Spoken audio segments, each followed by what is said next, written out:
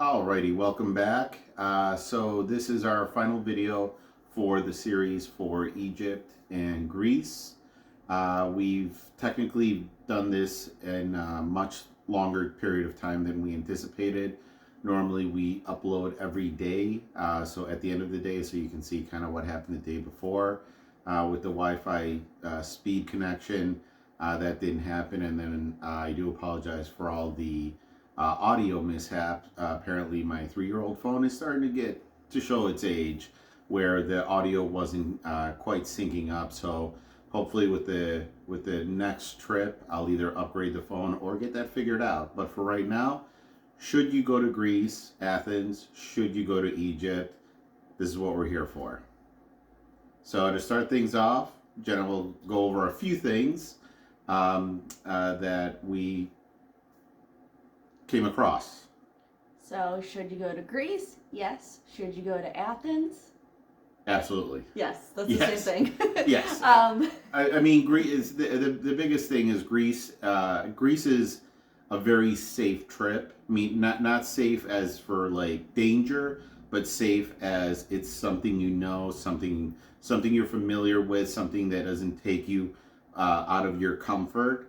That's why we say it's a safe trip, not for danger or anything. It's just that you're very used to everything that's going to happen. So it's nothing new, nothing too extravagant. Should you go to Egypt? Yes. Yes. Yes. Yes. We did come to that agreement that yes, you should definitely go to Egypt, but it's not a vacation. Don't consider that it's everything's going to be perfect, dandy, and it's going to be things that you're very familiar with, like if you were in Europe. Egypt is its own unique adventure, and that's what we're calling it. It is an adventure. It definitely takes you out of your comfort zone. There's a lot that you will see for the first time, a lot that you'll experience for the first time, and I wouldn't really recommend it for a brand new traveler that's just trying to get out there and experience new things. Egypt is definitely something that you kind of have to build up to. Like, we're going to eventually go to Asia somewhere, but it's going to be a culture shock that we're kind of building up to. Egypt's the same way. It's a very culture shock, the way they do things, the way they drive, how busy it is, the just the environment is definitely significantly different than what you're anticipating. It's not the beautiful, it's not all the beautiful Instagram photos that you see that, makes it look like everything is beautiful and honky-dory. It is definitely not that. So it definitely is somewhere you should go, but not as your first trip. Definitely. And with Egypt, knowing what to expect, doing your research before you go, kind of expected the worst. And then when we went, I was like, oh, okay, it's not so bad. You hear about people trying to bother you, get tips, and don't get me wrong, they do ask for tips, but as long as you keep going, don't make eye contact, they will leave you alone. So that was a lot better than I expected. One of the things you also have to get used to is a lot of people say, oh, Ubers are safe, Ubers are, the key thing to go to. We didn't have as great of luck with Ubers versus taxis. Luckily, our hotel, anytime we needed a taxi, they were able to call someone up. A taxi was able to show up. 95% of the taxi drivers and Uber drivers don't really speak English. So it was kind of nice for the hotel to be able to say, hey, take these people here. And then, we got to our destination. With the Ubers, I don't know if it was just our location of the hotel, but we did have some issues where, they would cancel and we were already kind of waiting 30 minutes. So just keep that in mind as far as Egypt goes. And then with Athens, it was a little bit different. So they don't have Ubers in Athens, they have taxis, but you can actually order the taxi through the Uber app, and it's a lot cheaper. All of our taxis were probably $5. except for the airport. That was a little bit more expensive because it was like 45 minutes away. But to get other places, it was about $5. Super nice that I was able to just walk everywhere, to hotels, restaurants, the Parthenon. That was all walking distance. As far as Egypt goes, I think it was a fantastic journey to be able to experience it, but just keep in mind that you are going to get into those things that are going to, may not be 100% perfect. So, for example, when we got the tourist visa, going in and then going to Athens and then coming back, we kind of had a little miscommunication if we needed another one or not. So apparently the one that we had was only a single pass use. So we did have to get out of line and go get another one. And then also keep in mind for Egypt, when you leave through the airport and when you come in through the airport, you are required to fill out an immigration form. I know it's definitely a little bit different, especially living here in the United States. Normally you can fly places and then coming back is when you do the whole immigration. Not for Egypt. In order to leave through the airport and in order to come into the airport, you do have to go through immigration. So keep that in mind. We didn't know that, and leaving to go to Athens, luckily he stayed in line. I left and went and got the immigration form. So just always keep that in mind. Once you leave the Egyptian airport, you can't get back in. So that was one of the mistakes that we did that you probably saw in one of the videos. Is as soon as you leave, all of a sudden the doors are locked. You can't actually come in, which is the first airport that I've ever had that come across. So if you're unsure of whether you need to be at a certain place, just make sure that either somebody in your party stays in to let you back in if the security guard isn't there, or don't leave until you know exactly where you're going. Yeah, but other than that, I think it was a fantastic time. The Uber, not the Uber, but the airport was definitely further away for Cairo as far as that goes. That was about an hour away. I think I mentioned this in one of our other videos is, they do have New Cairo. We didn't get a chance to visit it, but it does look like... You drive through it. You drive by it. Yeah, it does look like a little Vegas, kind of. So if you do want to kind of do more than just the pyramids, I recommend staying in New Cairo, closer to the airport.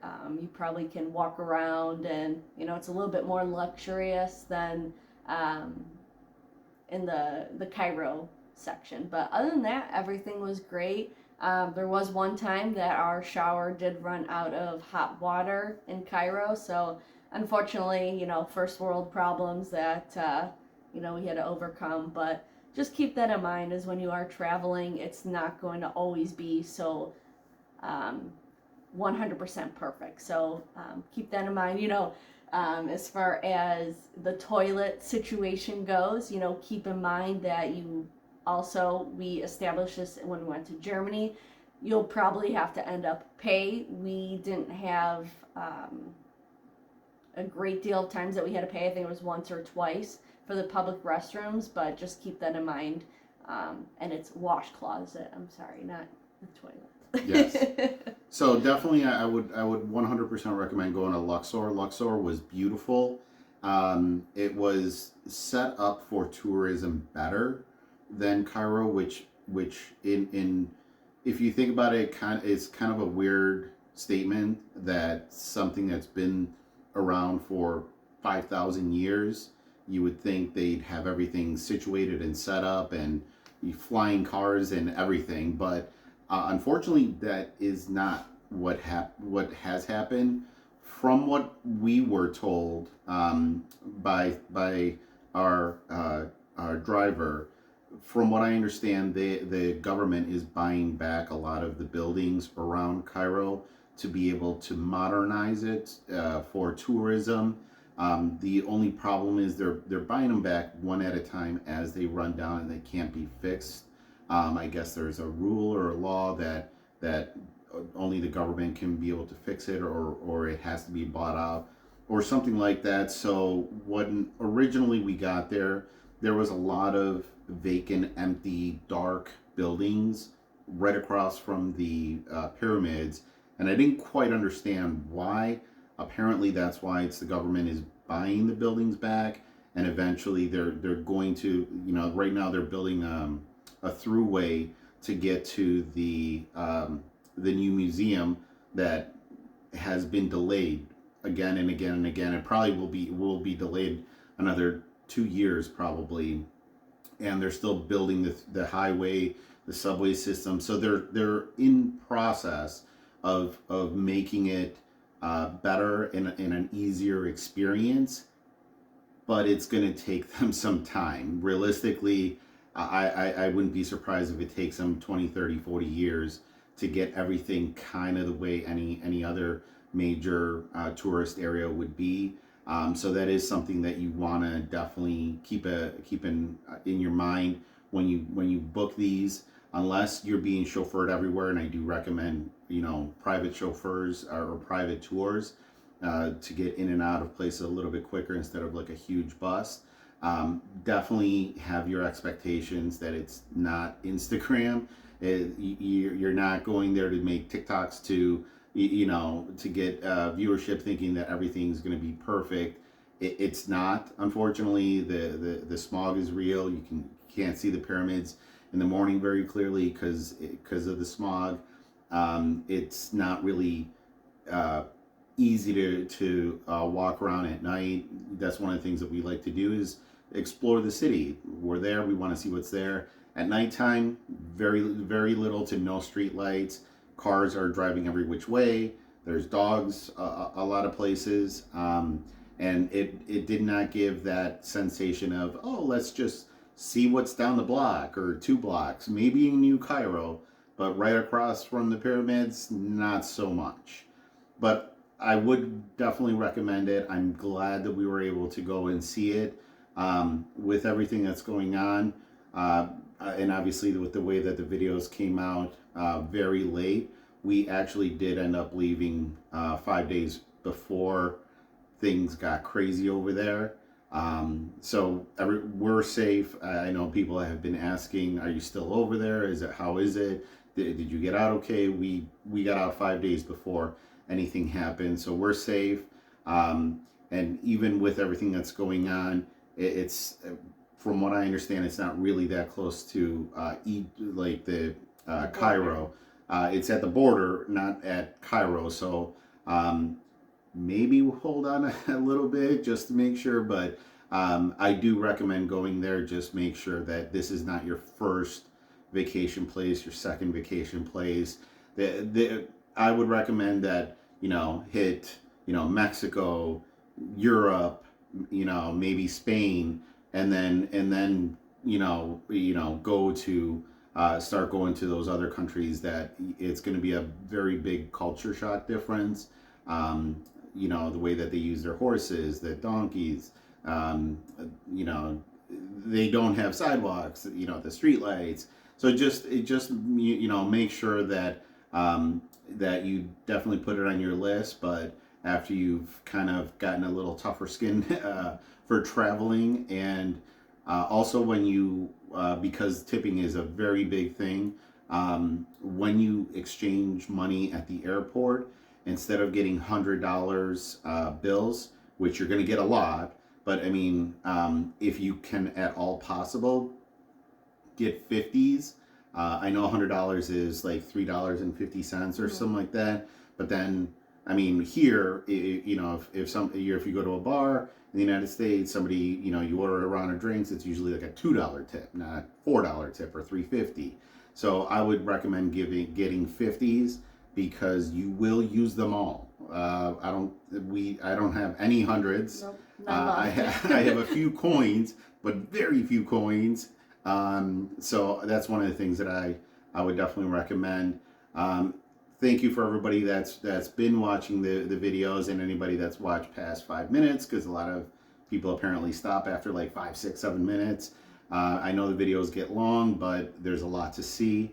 So other than that, we did hit over 100 view or 100 subscribers. So thank you very much. You. Hopefully we'll make that 1,000 soon. And then we do have a trip that's coming up. Right now it's between two places, so we'll actually put a short out to let you know where our next location for our trip is, and when it'll be. Until then, thank you very much for watching our videos. If you have any comments, definitely write them down below. If you have any suggestions of places that we should go, definitely do that. For right now, don't forget to like and subscribe, and thank you for all the watchers out there. We really appreciate it. Thank you. Bye.